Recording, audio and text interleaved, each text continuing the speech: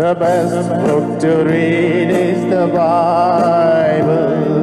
The best book to read is the Bible. If you read it every day, it will help you all the way. Oh, the best book to read is the Bible. When God gave his plans, or when he dictated how the Moses has to construct the tabernacle in the wilderness and its furnishings, really it is a wonderful thing.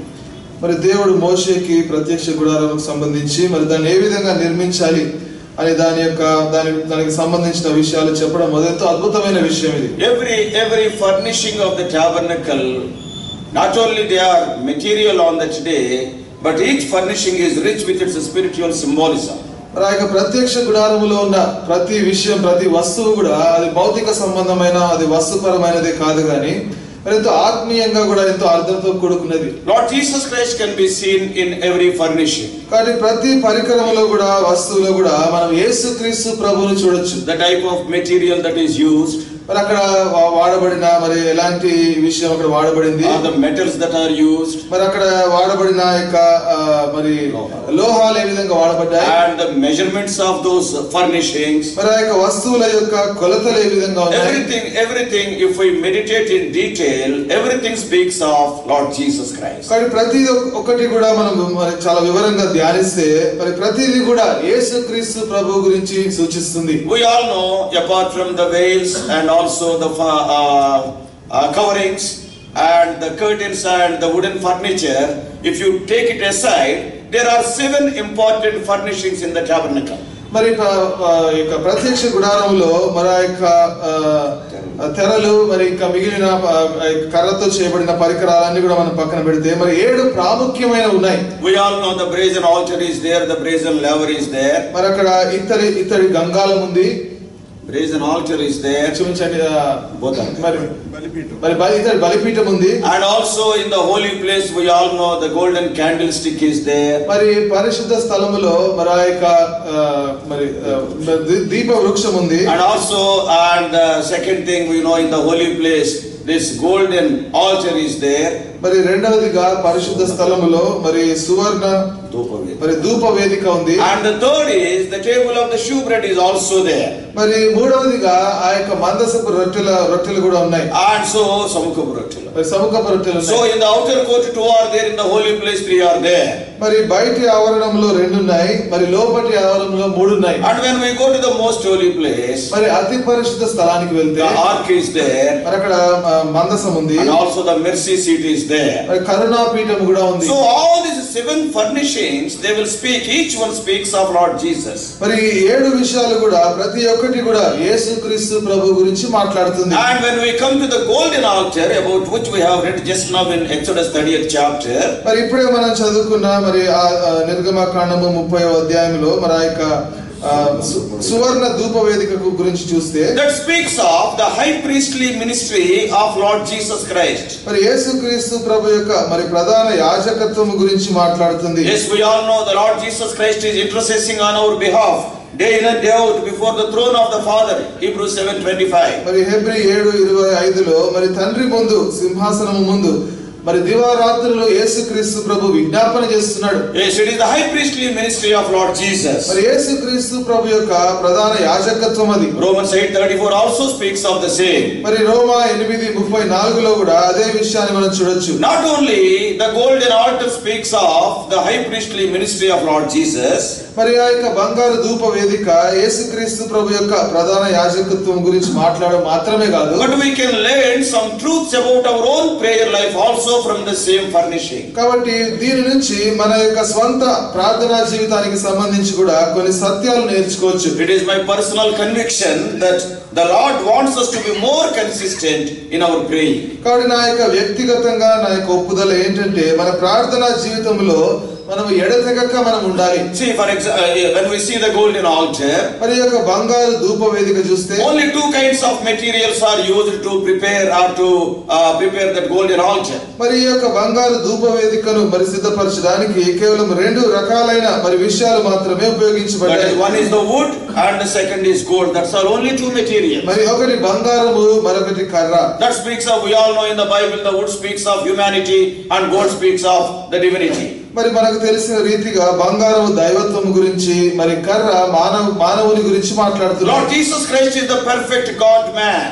మరి యేసుక్రీస్తు ప్రభు సంపూర్ణముగా దేవుడు మరి మనిషి అయి ఉన్నాడు. In John's Gospel, మరి యోహాను సువార్తలో first chapter, మరి మొదటి అధ్యాయం first verse, మరి మొదటి వచనం, the word was God. మరి వాక్యము దేవుడై ఉండెను. And when we come to the 14th verse, మరి 14వ వచనం చూస్తే, yes, the word was made flesh and dwelt among us. మరి ఆ వాక్యము శరీరధారి అయి మరి మన మధ్య నివసించెను. Lord Jesus Christ is the perfect man and also perfect God. యేసుక్రీస్తు ప్రభువారు సంపూర్ణముగా దేవుడై ఉన్నాడు, మరి మానవుడు కూడా ఉన్నాడు. Because he is the perfect man, he was hungry and he slept and also he wept. ఆయన పరిపూర్ణుడిగా మానవుడు కాబట్టి ఆయన ఆకలిగా ఉన్నాడు, నిద్రపోయాడు, ఆయన ఏడ్చాడు. Because he is perfect God, he could calm the storm or he could raise Lazarus from the dead. ఆయన సంపూర్ణంగా దేవుడు కాబట్టి ఆయన తుఫాను ఆపాడు, మరి లాజరుని మరణము నుంచి లేపాడు. So the materials that are used for this golden altar speaks of Lord Jesus Christ. కాబట్టి ఈ యొక్క ధూప వేదికకు సంబంధించిన వస్తువులు ఏదైతే ఉపయోగించబడ్డాయో అవి యేసుక్రీస్తు ప్రభు గురించి సూచిస్తున్నాయి. At the same time, we can apply the same truths for our personal lives also. అదే సమయంలో మన వ్యక్తిగత జీవితాలకు సంబంధించి కూడా ఈ యొక్క సత్యాలను మనం అన్వయించుకోవచ్చు. Do you know why? ఎందుకో తెలుసా? When we are saved, మనం రక్షణ పొందినప్పుడు Peter is writing in 2 Peter 1:4, మరి పేతురు 2వ పేతురు మొదటి అధ్యాయం 4వ వచనంలో రాస్తున్నాడు, you are made partakers of the divine nature. మనము దేవ స్వభావమందు పాలివారగునట్లు అంటున్నాడు. That is, అర్థం ఏంటి? access to the Father in our prayer. మన ప్రార్థనలో మనం తండ్రిని సమీపించొచ్చు. When our humanity is covered with the divine blood, we are having the approach, we can call him as our Father. మన యొక్క మానవత్వం ఎప్పుడైతే దేవుని యొక్క రక్తముతో మరి కలుస్తుందో మరి తండ్రిని మనం సమీపించొచ్చు. Yes, because we are made partakers of the divine nature. ఎందుకంటే దేవుని యొక్క స్వభావమునందు మనం పాలివారమవుతున్నాం. Now I wanted to share with you something about the manufacturing of that altar, how it is prepared. కాబట్టి ఇప్పుడు మరి ఆ యొక్క ధూప వేదిక మరి ఏ విధంగా సిద్ధపాటు చేయబడింది అనేది కొన్ని విషయాలు చెప్పాలనుకుంటున్నాను. Undoubtedly it is not a Bible study class, it is a prayer meeting, but we are talking about the furnishing that related to the prayer. మరి సందేహం లేదు, బైబిల్ పఠనం కాదు, ప్రార్థన కూడిక. అయితే మరి ఏ విధంగా ఇది తయారు చేయబడిందో చూస్తున్నాం. Because it is a furnishing that is related to the prayer life. ఎందుకంటే ప్రార్థనా జీవితానికి సంబంధించిన వస్తువు ఇది. If you see the size and shape of that golden altar, that will reveal us so many truths. మరి యొక్క బంగారు ధూప వేదిక యొక్క మరి కొలత, దాని యొక్క మరి ఎత్తు ఏ విధంగా ఉందో చూస్తే మరి అది అనేక సత్యాలు మనం చూడొచ్చు. In verse 2, 2వ వచనం, it is 1 cubit length and 1 cubit in its width. మరి దాని పొడుగు ఒక మూర, దాని వెడల్పు ఒక మూర. 1. మరి ఒకటి. We all know 1 speaks of unity. మరి ఒకటి అంటే ఐకమత్యము గురించి మాట్లాడుతుంది. Yes, it is oneness. మరి ఏక మనస్సు. In Hindi 1 means ek, isn't it? మరి హిందీలో ఒకటి అంటే ఏక్. That is ekatvam. మరి ఏకత్వం. It speaks of oneness. మరి ఏకత్వము గురించి మాట్లాడుతుంది. Yeah, that golden altar, when you see the dimensions 1 by 1, that is any direction, it is unity.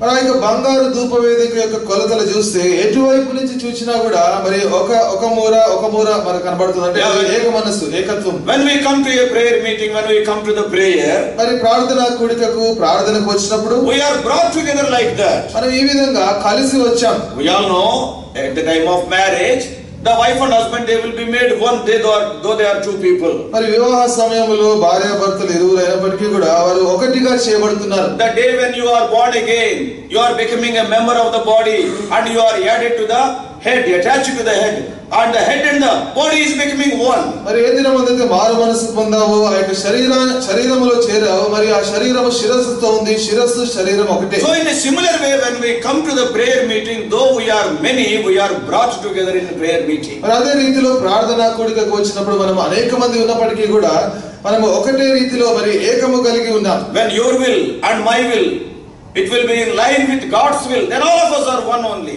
మరి నీ చిత్తము నా చిత్తము దేవుని చిత్తముతో కలిసినప్పుడు మనం అందరం కూడా మరి ఒకటిగా ఉన్నాం. I have seen so many meetings, you also must have seen. మరి అనేక కూడికలు మరి మీరు చూశారు. Yes, suppose it was a Bible study. ఉదాహరణకు బైబిల్ పఠనం అనుకోండి. After the meeting is over, కూడిక అయిపోయిన తర్వాత some people will say, కొంతమంది అంటారు Bible study is very good. మరి బైబిల్ పఠనం చాలా బాగుంది. Some people will say, కొంతమంది అంటారు it is so boring. మరి చాలా విసుగుగా ఉందంటారు. Difference of opinion. మరి ఆ యొక్క ఆలోచించే విధానంలో మరి తేడా ఉంది. When you see our singing, మన పాటలు చూస్తే, oh, that brother is singing very nicely and this brother is spoiling. మరి ఈ సహోదరుడు చాలా బాగా పాడుతున్నాడు, ఈ సహోదరుడు పాడు చేస్తున్నాడు. So difference of opinion will be there. కాబట్టి మనము మరి మన యొక్క ఆలోచించే విధానములో మరి తేడా ఉంది. But in a prayer meeting, అయితే ప్రార్థన కూడిక, why I am telling we are all one?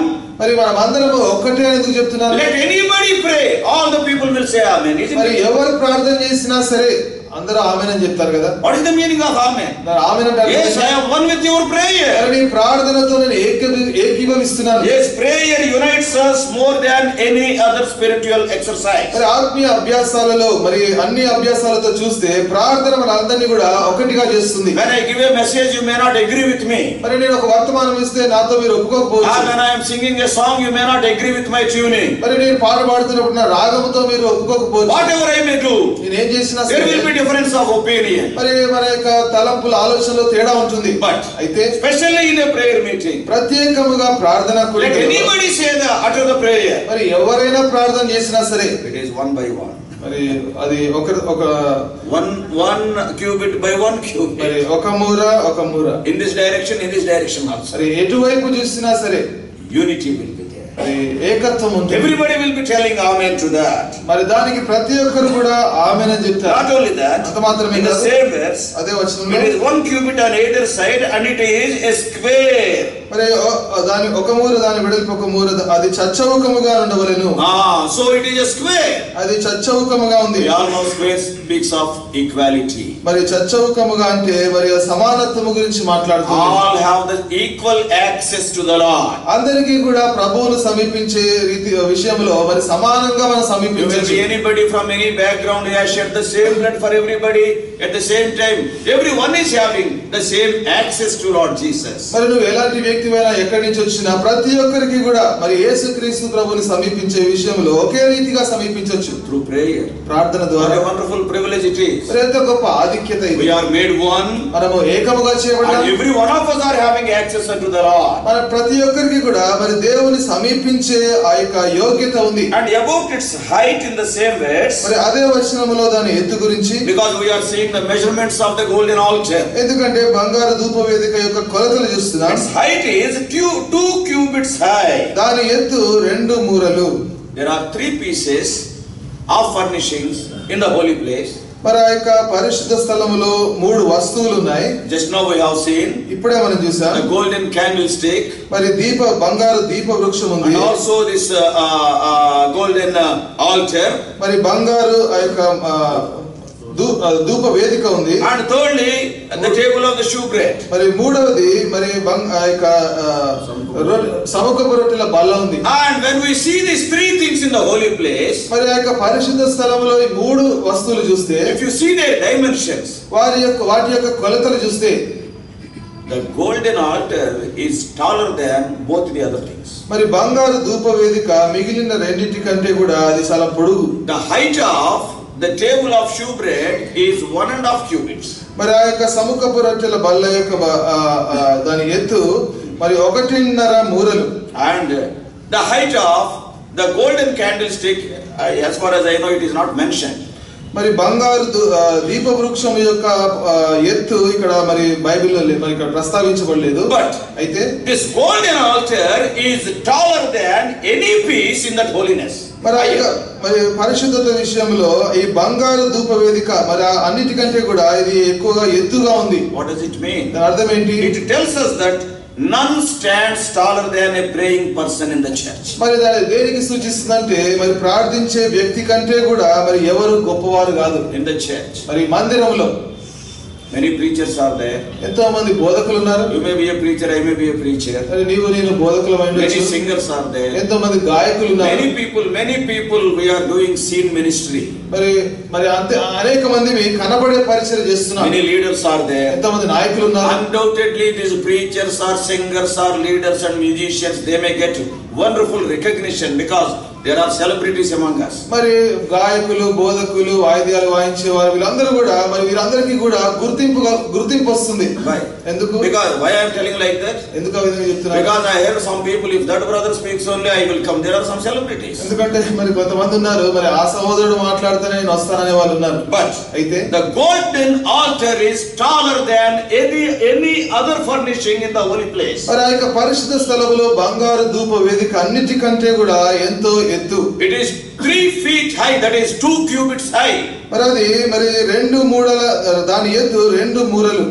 What does it mean? దాని అర్థం ఏంటి?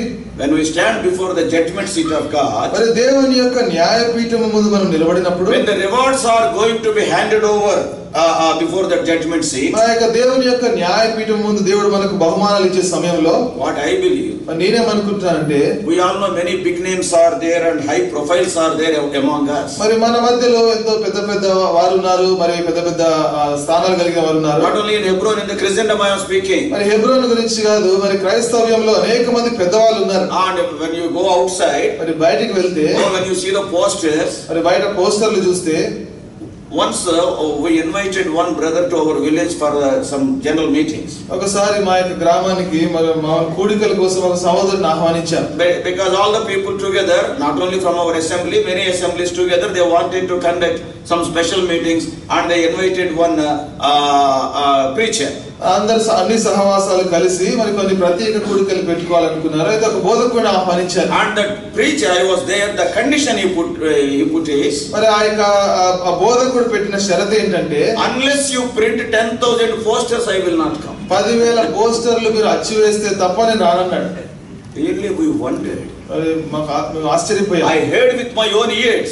నా చెవులతో నేను విన్నాను. There must be wide publicity if you want me to be in your meetings. మరి మీ కూడికలకి నేను రావాలంటే నాకు పబ్లిసిటీ కావాలన్నాడు. So there are some people with very high profile. కాబట్టి బాగా పెద్దవారు, అనేక గొప్ప వారు ఉన్నారు. But అయితే when we stand before the judgment seat of Christ on that day, మరి ఆ దినాన క్రీస్తు యొక్క న్యాయపీఠము ముందు మనం నిలబడినప్పుడు, yes, many big names, many high profiles, they will have to step aside. They have to step aside for those who result in prayer when they are receiving their rewards. మరి వారు బహుమానాలు పొందుతున్న సమయంలో పెద్ద వారు కూడా మరి వారు పక్కకు తప్పుకోవాలి. ఎందుకంటే మరి యొక్క ప్రార్థనా పరులకు మరి వారు బహుమానాలు. When God calls a name, he is a prayer warrior. మరి దేవుడు ఒకరి పేరు పిలిచినప్పుడు వారు ప్రార్థనా వీరులై ఉంటారు. And పలానా వాడు ప్రార్థనా వీరుడు అని పిలిస్తే, మరి పలానా వాడు ప్రార్థనా వీరుడు అని పిలిస్తే, probably many people may not be knowing about him because he is not having any recognition. మరి బహుశా ఆ వ్యక్తికి గుర్తింపు లేదు కాబట్టి చాలా మందికి ఆ వ్యక్తి ఎవరో తెలియదు. Everybody may be looking, who is this person? మరి అందరూ చూస్తుంటారు ఎవరి వ్యక్తి. మరి big people are there, big prizes are there. మరి చాలా పెద్ద వారు ఉన్నారు, పెద్ద బహుమానాలు ఉన్నాయి. Sometimes, కొన్నిసార్లు, yes, when we stand before the judgment seat, we may have to give way for those people who result in prayer. మరి యొక్క న్యాయపీఠం ముందు మనం నిలబడినప్పుడు వారి ప్రార్థనలో పోరాడిన వారి కోసం మనము స్థానం ఇవ్వాలి. In terms of size, it may be very smaller. మరి ఆ యొక్క దాని యొక్క కొలతలు చూస్తే అది చిన్నదై ఉండొచ్చు. 1 foot by 1 foot by 1 cubit by 1 cubit by 2 cubits. మరి పొడుగు ఒక మూర, వెడల్పు ఒక మూర, మరి ఎత్తు 2 మూరలు. But it is more important in the holy place. అయితే పరిశుద్ధ స్థలములో ఇది చాలా ప్రాముఖ్యమైనది. The work that is carried out at the golden altar, that is a vital part of ministry unto the Lord. మరి ఆ యొక్క బంగారు ధూప వేదిక యొద్ద ఏ పరిచర్య అయితే చేయబడుతుందో అది దేవునికి ఎంతో ప్రాముఖ్యమైన పరిచర్య. Prayer is like that. కాబట్టి మన ప్రార్థన ఆ విధంగా ఉంది. It is not our eloquence. మన యొక్క వాక్చాతుర్యం కాదు. It is not the length of the prayer, how loud we are praying. మరి ఎంత బిగ్గరగా ఎంత పొడగాటి ప్రార్థన చేస్తున్నామని కాదు. But the heart behind that praying is very important. ఆ ప్రార్థన వెనుక ఉన్న మనస్సు అనేది చాలా ప్రాముఖ్యం. Because Lord Jesus Christ himself is telling in Matthew's Gospel 17:20. మరి యేసుక్రీస్తు ప్రభువారే మత్తయి 17:20లో చెప్తున్నాడు, prayer mixed with faith can move mountains. మరి ప్రార్థన విశ్వాసంతో కలిసినప్పుడు మరి కొండలు కూడా కదులుతాయి. Sometimes it may not be a lengthy prayer. మరి కొన్నిసార్లు పొడుగాటి ప్రార్థన కాకపోవచ్చు. Yeah, Peter in Matthew's Gospel 14th chapter when he was seeking a very small prayer, Lord save me. మరి పేతురు మత్తయి సువార్త 14వ అధ్యాయంలో మునిగిపోతున్నప్పుడు ఒక చిన్న ప్రార్థన చేశాడు, ప్రభువా నన్ను రక్షించు అన్నాడు. And in 1 Chronicles chapter 4, Jabez's prayer is a very small prayer. మరి మొదటి దినవృత్తాంతములు మరి 4వ అధ్యాయంలో యెబేజు యొక్క ప్రార్థన చాలా చిన్న ప్రార్థన. Luke's Gospel 18th chapter, the publican's prayer is very small prayer, Lord have mercy on me, I am a sinner. మరి లూకా సువార్త 18వ అధ్యాయంలో సుంకరి యొక్క ప్రార్థన చాలా చిన్న ప్రార్థన. So it is not how long it is or how loud it is, but the heart behind that prayer is very important. కాబట్టి మన వాక్చాతుర్యం కాదు, ఎంత పొడుగాటిగా ప్రార్థన చేస్తున్నామని కాదు, ఎంత బిగ్గరగా చేస్తున్నామని కాదు, కానీ ప్రార్థన వెనకాల ఎలాంటి మనసు, ఎలాంటి హృదయం కలిగిన ప్రాముఖ్యం. So in the holy place it is the taller furnishing. కాబట్టి పరిశుద్ధ స్థలములో ఇది ఎంతో పొడుగైన వస్తువు ఇది. And it is written there in verse 2.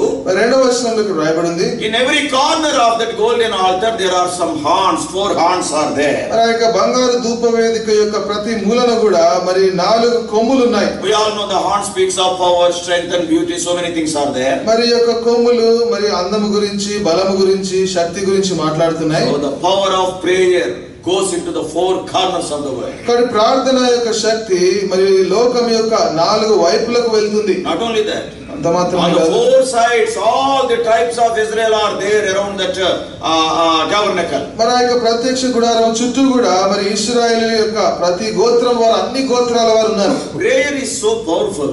ప్రార్థన ఎంత శక్తి కలదంటే Right from here, by sitting here, you can touch the whole world. మరి ఇక్కడ కూర్చొని మరి మనం లోకమంతా కూడా మరి లోకాన్ని మనం తాకొచ్చు. You may not know that person.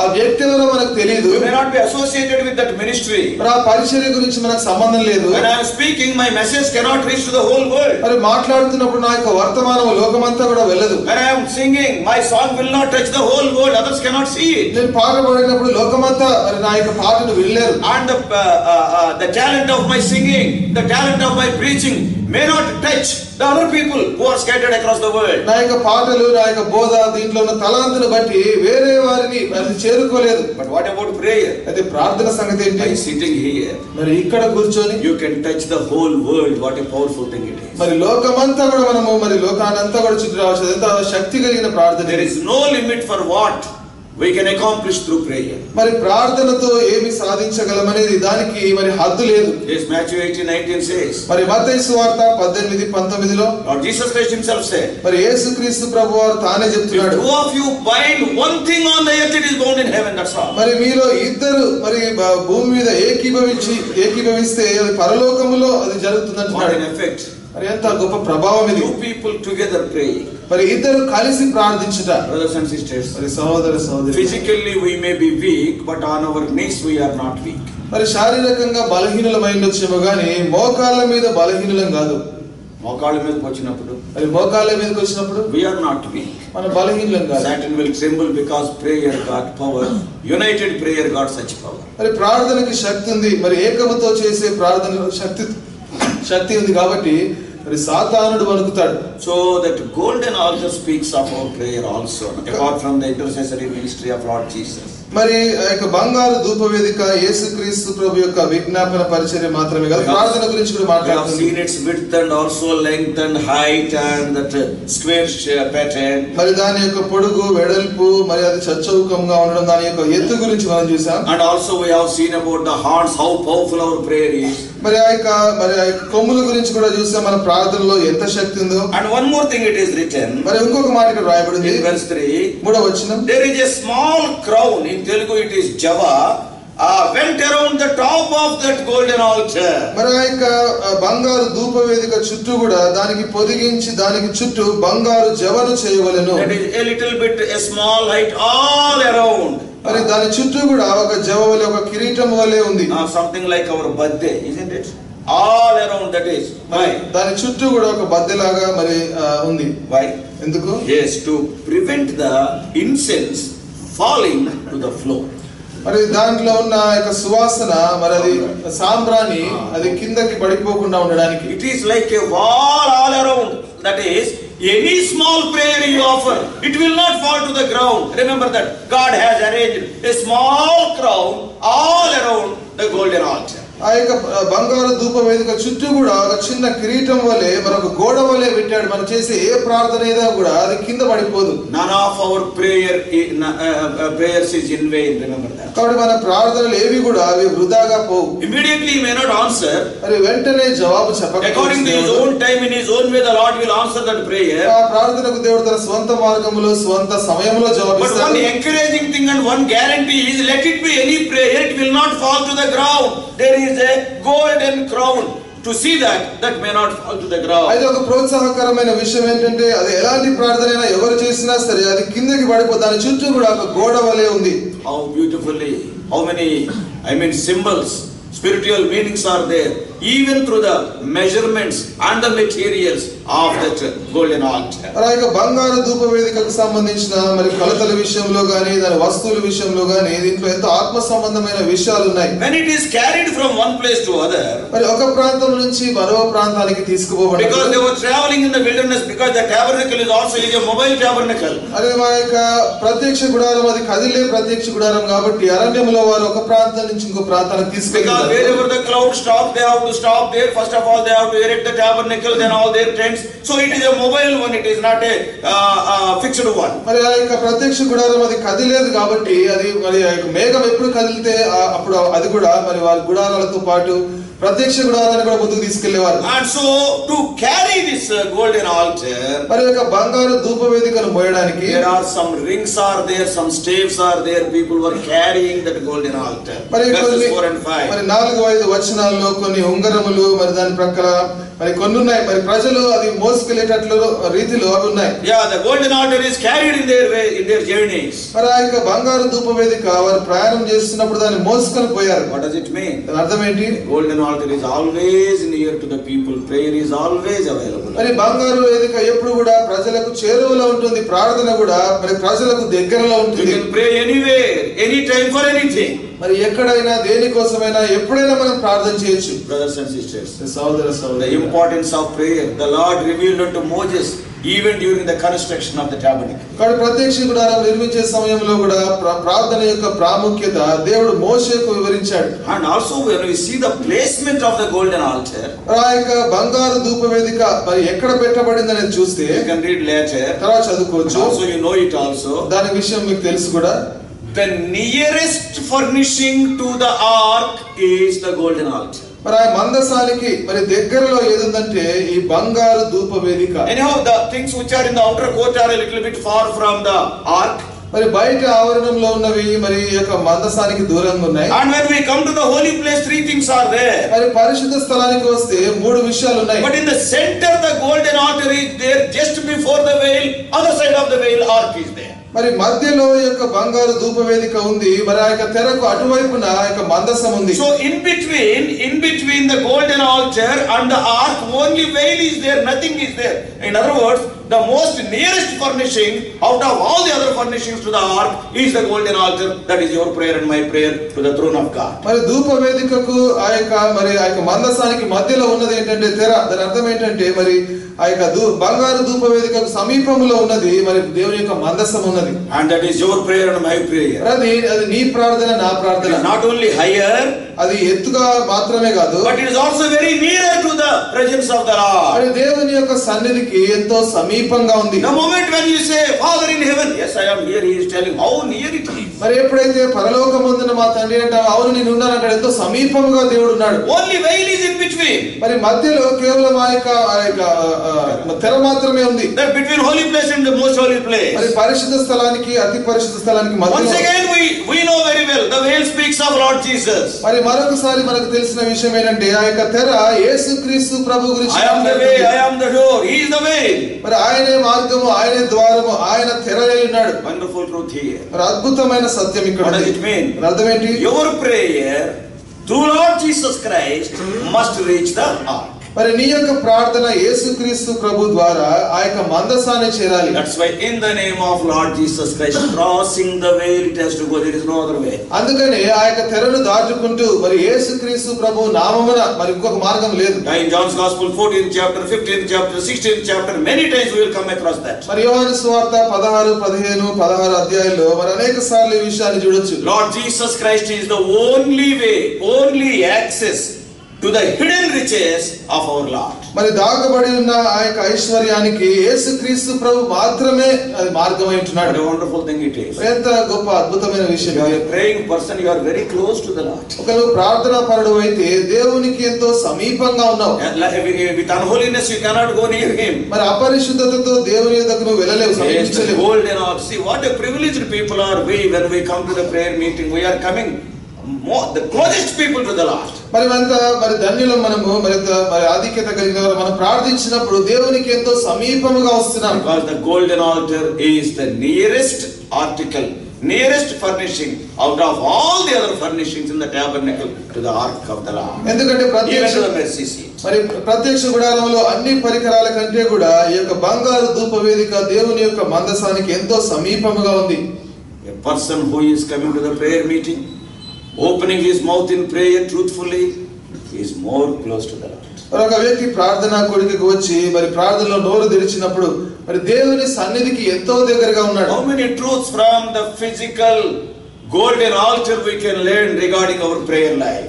మన ప్రార్థనా జీవితానికి సంబంధించి ఈ యొక్క బంగారు ధూప వేదిక నుంచి ఎన్నో ఆత్మీయ సత్యాలు నేర్చుకోవచ్చు. Not only that, అంత మాత్రమే కాదు, it must be continual. Every morning and evening it is written in verses 7 and 8. మరి 7వ వచనము 8వ వచనంలో మరి ప్రతి దినము ప్రొద్దున సాయంత్రం కూడా ఈ యొక్క ఎడతెగక ఉండాలి. Even the psalmist is writing in Psalm 55, 16 and 17. మరి 55వ కీర్తన 16, 17లో కీర్తనకారుడు రాస్తున్నాడు. Because he knew about the tabernacle. ఎందుకంటే ప్రత్యక్ష గుడారం గురించి ఆయన ఎరిగినవాడు. So he is writing. ఆయన ఏమని రాస్తున్నాడంటే, అయితే నేను దేవునికి మొరపెట్టుకొందును, యెహోవా నన్ను రక్షించును, సాయంకాలమున ఉదయమున మధ్యాహ్నమున నేను ధ్యానించుచు మొరపెట్టుకొందును. Yes, I will pray unto the Lord. మరి ప్రభువుకి ప్రార్థన చేస్తానంటున్నాడు. It is a continual thing. అది ఎడతెగక చేసే విషయం. It is a non-stop thing. మరి అది ఎడతెగక చేసే విషయం. Not only that, అంత మాత్రమే కాదు, with consecration. మరి ఒక సమర్పణతో చేయాలి. Verses 8 and 9. మరి 8, 9 వచనాల్లో some specific materials are fixed to offer as the incense there. You cannot offer everything whatever you like. మరి అక్కడ ధూపం వేయడానికి కొన్ని ప్రత్యేకమైన మరి పదార్థాలు అక్కడ రాయబడ్డాయి. No strange material except the prescribed material. In verse 34 of the same chapter, wonderful names are there. Nowadays those materials are not available probably. మరి అన్య ధూపం ఏదైనా అక్కడ వేయకూడదు. మరి అలాంటి ప్రత్యేకమైన మరి వస్తువులు మాత్రమే ఆ ధూపం వేయడానికి వాడాలి. ఈ దినాల్లో అవి దొరకవు. According to the word of God, మరి దేవుని వాక్యానుసారంగా they have to offer the incense. The prayer is offered according to the word of God. మరి దేవుని వాక్యానుసారముగా ఆ యొక్క ధూపాన్ని వేయాలి. Brothers and sisters, మరి సహోదర సహోదరులు, don't think otherwise. మరి వేరే రీతిలో అనుకోవద్దు.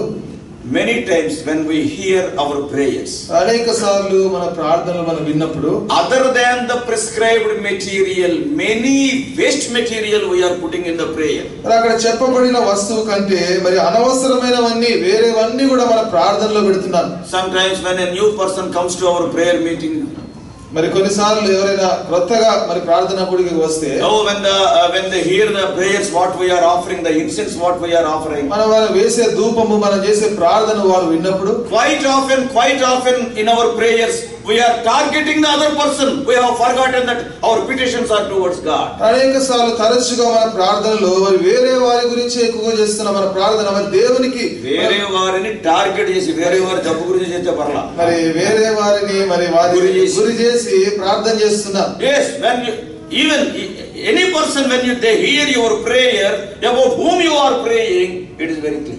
మరి ఎవరైనా మరి ఎవరి గురించి ప్రార్థన చేస్తున్నావు అంటే ఎంతో స్పష్టంగా ఉంది. ఎవరైనా నీ ప్రార్థన విన్నప్పుడు, మరి ఎవరైనా నీ ప్రార్థన విన్నప్పుడు నువ్వు ఎవరి గురించి చేస్తున్నావో ఆయనకి తెలిసిపోతుంది. మరి ఎవరి గురించి చేస్తున్నావో ఆయనకు తెలిసిపోతుంది. Other than the prescribed material, all rubbish we are adding into our prayers. మరి అక్కడ చెప్పబడిన వస్తువులు పరికరాలు విషయాల కంటే కూడా మరి అనవసరమైన చెత్త అంతా కూడా ప్రార్థనలో పెడుతున్నాం. What God is telling, మరి దేవుడు ఏం చెప్తున్నాడు? Your prayer, the thing that is offered there must be a sweet smelling savor unto me. మరి దేవుడు ఏం చెప్తున్నాడంటే అక్కడ మీరు చేసే ప్రార్థన నాకెంతో సువాసనను అందించేదిగా ఉండాలి. But many times అయితే అనేక సార్లు it is not like that. ఆ విధంగా చేయట్లేదు. So whatever we are using those words, we must be very careful. కాబట్టి ఎలాంటి మాటలు పదాలు వాడుతున్నామో చాలా జాగ్రత్తగా ఉండాలి. Because you and I are talking to God. ఎందుకంటే నీవు నేను దేవునితో మాట్లాడుతున్నాం.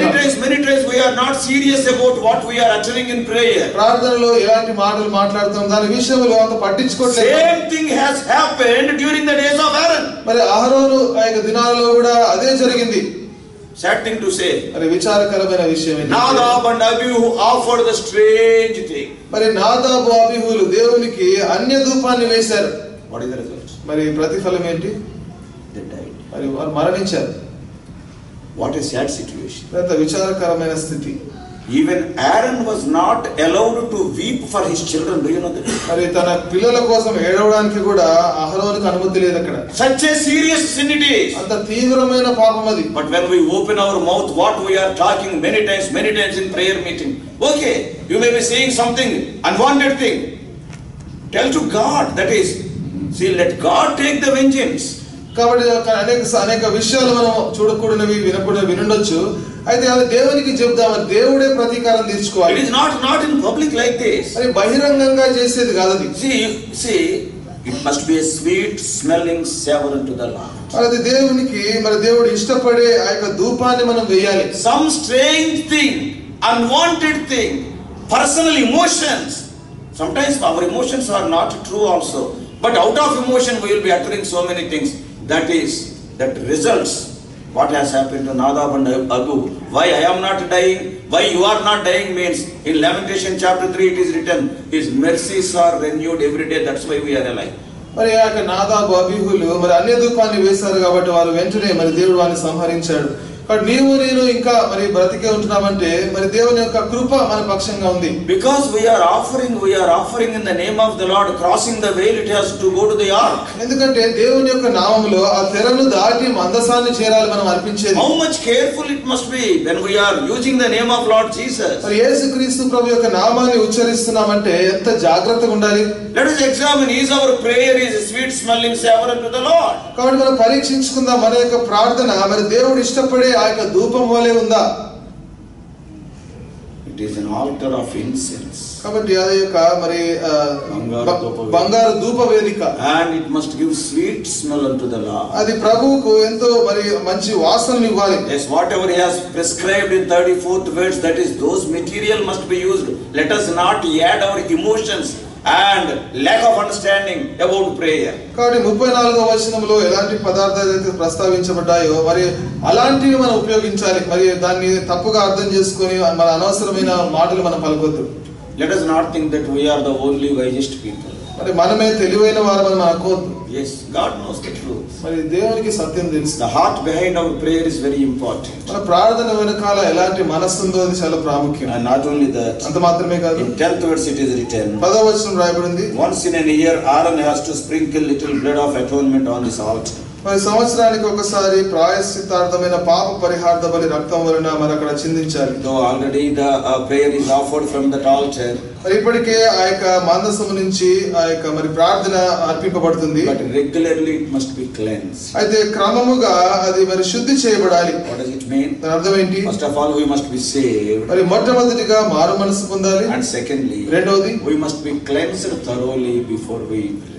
మనం ప్రార్థన చేసే మునుపు మనము సంపూర్ణంగా శుద్ధి చేయబడాలి. Yes, salvation is important. రక్షణ ప్రాముఖ్యం. But that is James 5:16, it talks about it. మరి యాకోబు 5:16 లో ఉంది. And not only that, అంత మాత్రమే time కాదు, and again we must be coming under the cleansing of Lord Jesus. మరి తరచుగా యేసుక్రీస్తు ప్రభు యొక్క రక్తము కిందికి మనం రావాలి. Though you and I are believers, నీవు నేను విశ్వాసులమైనప్పటికీ, David is writing in 66:18 of Psalms, 66వ కీర్తన 18వ వచనంలో దావీదు ఏం రాస్తున్నాడు? if I regard iniquity in my heart, the Lord will not hear me. So you must be cleansed from all our iniquity.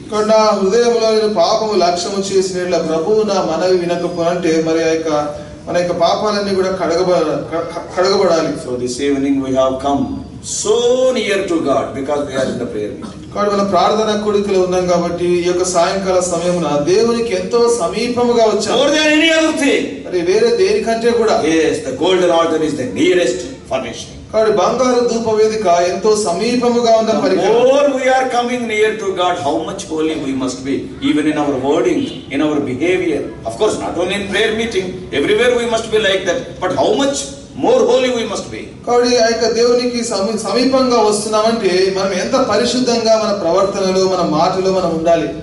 Brothers and sisters, సహోదర సహోదరులారా, keeping these few thoughts in view, మరి ఈ కొన్ని తలంపులు మనసులో పెట్టుకొని let us refrain our prayer, let us cleanse ourselves, and the thing that is we are offering in prayer, let it be a sweet smelling savor unto the Lord. కాబట్టి మనల్ని మనం శుద్ధి చేసుకొని మరి మనం చేసే ప్రార్థన మరి దేవుడు ఆగ్రహించే ఆ యొక్క పరిమళ ద్రవ్యం సువాసననిచ్చేది ఉండాలి. Yes, we are one in prayer. మనం ప్రార్థనలో ఏకమై ఉన్నాం. All are having equal access. మరి అందరూ కూడా దేవుణ్ణి సరి సమానంగా సమీపించొచ్చు. It is the taller article, a praying person is always above all the other people who are exercising different talents. మరి వేరే తలాంతులు మరి అభ్యసించే వారి కంటే కూడా ప్రార్థనా పరుడు అందరికంటే మరి ఎత్తులో ఉన్నాడు. Knowing about the value of prayer. మరి ప్రార్థన యొక్క విలువను మనం ఎరిగి, yes, let us be very careful in our praying, and our praying must be pleasing in the sight of God. కాబట్టి మన ప్రార్థనలో చాలా జాగ్రత్తగా ఉందాం. మరి దేవుడు సంతోషించే రీతిలో మనం ప్రార్థన చేద్దాం. God bless you all. Please subscribe for more spiritual messages on YouTube channel John Victor Hebron.